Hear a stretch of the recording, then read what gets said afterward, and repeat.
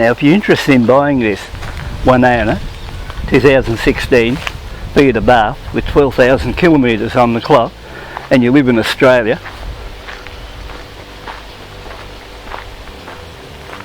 it's up for sale, and you can contact me via Facebook, and the price is 15,000, take it away. Nothing wrong with the car, it's just time for a change for me. Like I said, it's a one owner car, never had anything done to it mechanically,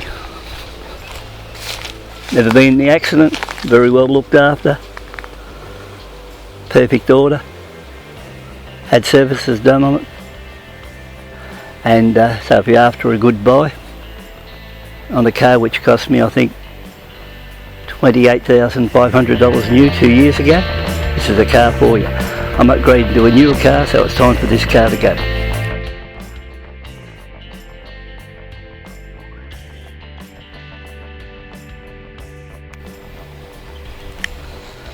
Okay guys, let's go on to the review. Back in 2016 I had a couple of cars at that stage. I had a Lotus Elise factory supercharged and a Mazda MX-5 turbocharged, and the Elise wasn't a bad car, but it was a very hard riding car, and I was after something else a little bit softer in the suspension to ride around, and I was looking at different cars, and I'd already had my Mazda up in Northern Territory and give it high speed bursts along the open limits and that, and I was after something a bit better to go like a hardtop type car, and I decided I might look at one of these Fiat Abarths, and they're a strange looking little car. They're like a cartoon type car when you have a good look at them. And to cut a long story short, I contacted a couple of dealers in Sydney and got onto a new car dealer at Leichhardt and looked at the prices of the cars, and I actually thought they were very overpriced for what you get, especially the Abarths. And the start-off price was $28,500 and they went to a roughly $45,000 Australian, depending on which model you wanted. And I thought to myself, $45,000 for one of them was a bit overpriced, but I was prepared to pay 28.5. So this is a car I bought for 28.5, and I did a couple of mods to this car. I put only minor ones, just a blue chip, a blue spark chip on the motor, which was just a quick add-on, and at the arse of it I put a dual 5-inch outlets on the exhaust, just to give it a little bit more presence out on the road, because when you drive a little small car like this one, everyone wants to overtake you or come up and run alongside you as if, you know, they want to overpower you all the time. Now these aren't really slow cars. Like this particular car should go from 0 to 100 in, I don't know, roughly 6.5, 7 seconds, and it should have a top speed of roughly close on 220 kilometres an hour. It's unfortunate that open limit in Northern Territory isn't still available, because if it was, I would have taken it up there and given it a good run just like I did the Mazda, but it's not available anymore. So not much we can do there. But like I said, I've had this car now for 2 years. I've had no trouble with it, although I've only done, I think, 12,000 something kilometres, but wherever I go it gets a lot of attention. There's not many of them around. We might have a quick look at the motor. So there we are, looking down into the power plant. We've got the Scorpion motor, 1.4 turbo. We've got the blue spark, the blue spark chip on the side, so this puts it out somewhere between 160 180 horsepower. So they really perform pretty well, like good on petrol. Like I said, never had any problem with this car. It's got two ECU modes from factory. You got your normal economy mode, then you look back into the dash, you got your sports mode. The only thing I don't like, once you do get into sports mode, it drops into a really heavy in the steering mode, and after a while you find it a little bit hard on the shoulders when you're riding or driving along, but you know, it goes into a real heavy steering. But if few people notice it when they drive the car that it's a lot heavier in the steering. So guys, we're inside the cabin now. It's a pretty tight little fit, so as you can see, we've got a nice digital display. This car's travelled 12,867 kilometres, so I haven't done very far. I haven't travelled very far since the time I've had it.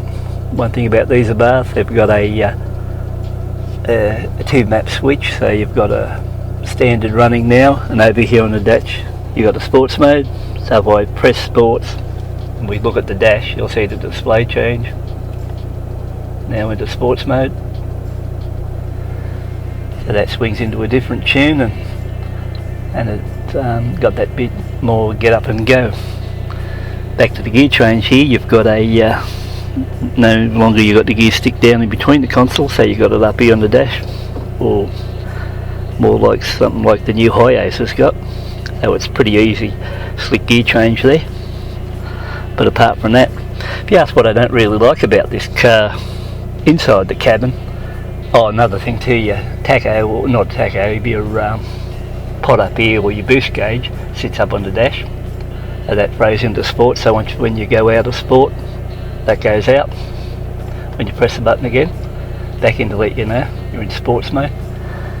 But apart from that, well, two things I don't go much on these Abarths as far as the driving position goes. Sitting in the driver's seat, these seats here, they remind you of bucket seats like you'd find in a bus. So they're not what you'd call the most comfortable seat. And like all Italian cars, they're not the most comfortable car to sit behind the wheel. Like you're a bit cramped, as you can see. And I think the worst thing about it would be the accelerator pedals in a bad spot.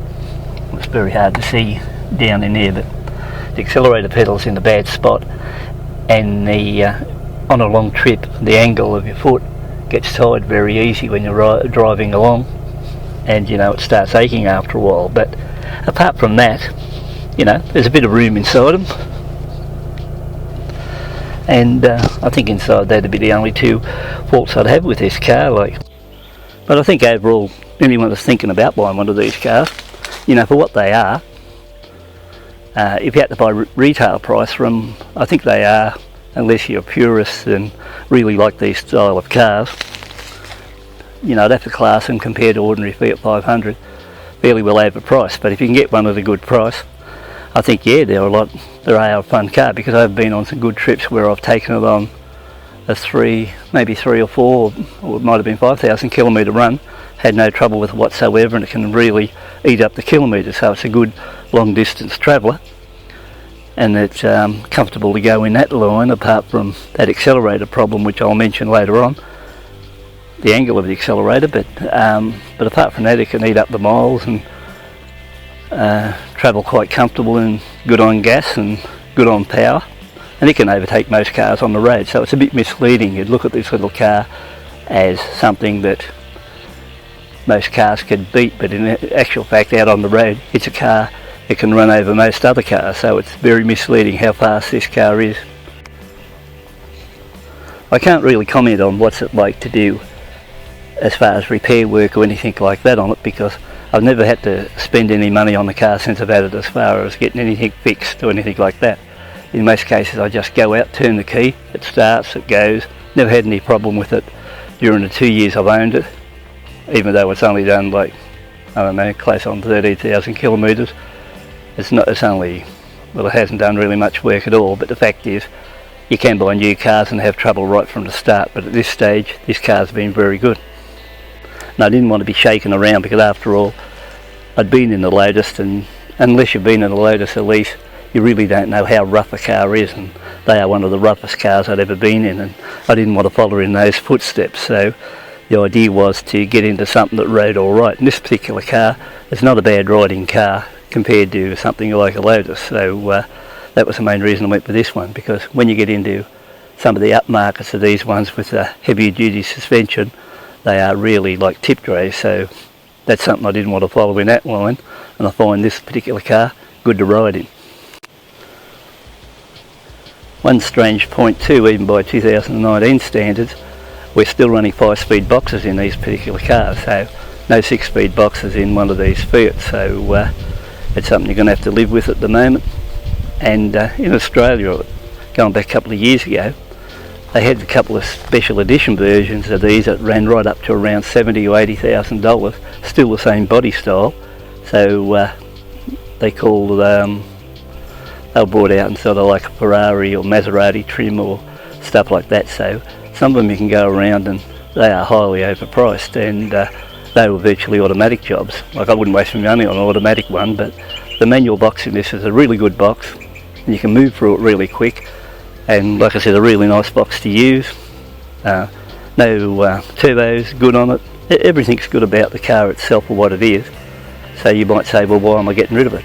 Well, over the last, I don't know, 10 years I suppose, I may have had something like 20 or 25 convertibles, and I think it's about time I go back and buy myself another convertible, and I'm thinking now buying an ND Mazda MX-5 again.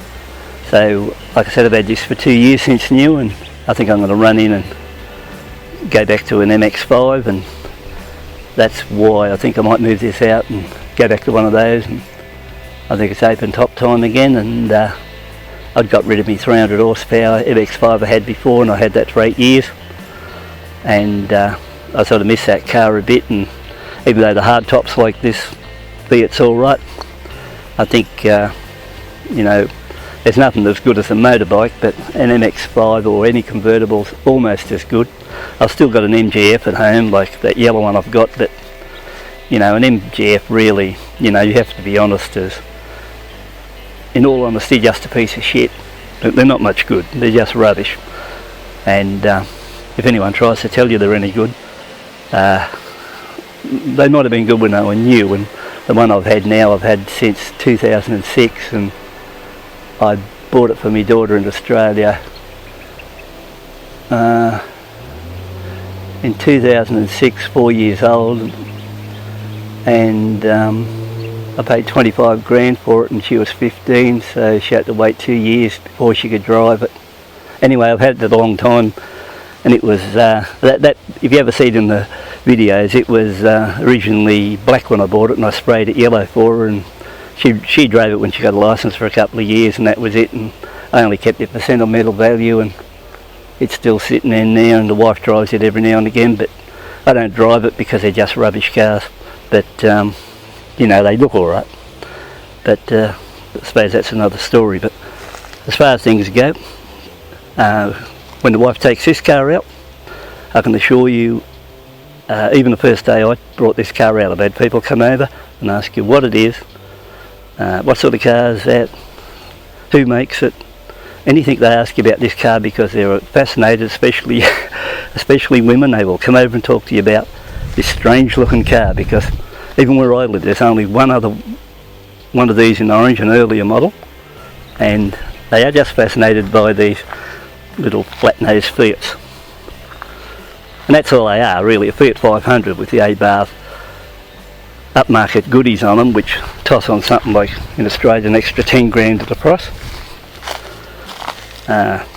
Would I say would I buy an ordinary one in standard form?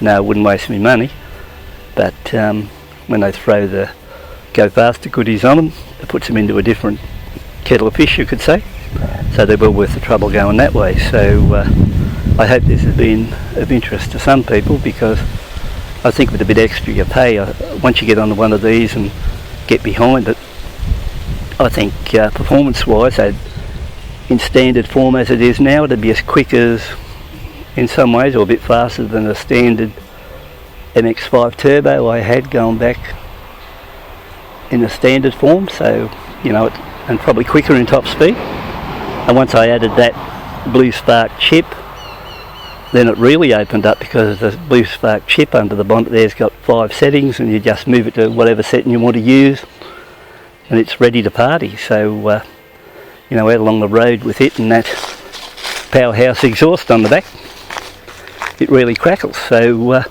I think that should give anyone an idea, if they're ever thinking about buying one of these Fiats, whether you live anywhere overseas or something like that, go ahead and take one of these for a run. I think they'll surprise you. Thanks a lot for tuning into the channel, taking a look at today's video on the Fiat Abarth. I thought it'd be just something different. Like I said, if you're in Australia, you're interested in buying one of these cars, this would be a really good example to think about, because in my case it's never been flogged or abused or anything like that. It was purchased brand new, never been an accident, nothing wrong with it whatsoever. And you're going to save yourself $13,000 odd on a new car, which has only done, we just checked earlier, virtually 13,000 kilometres, and it's waiting there for someone to buy it at a bargain price. So once again, thanks for tuning in, and catch you later.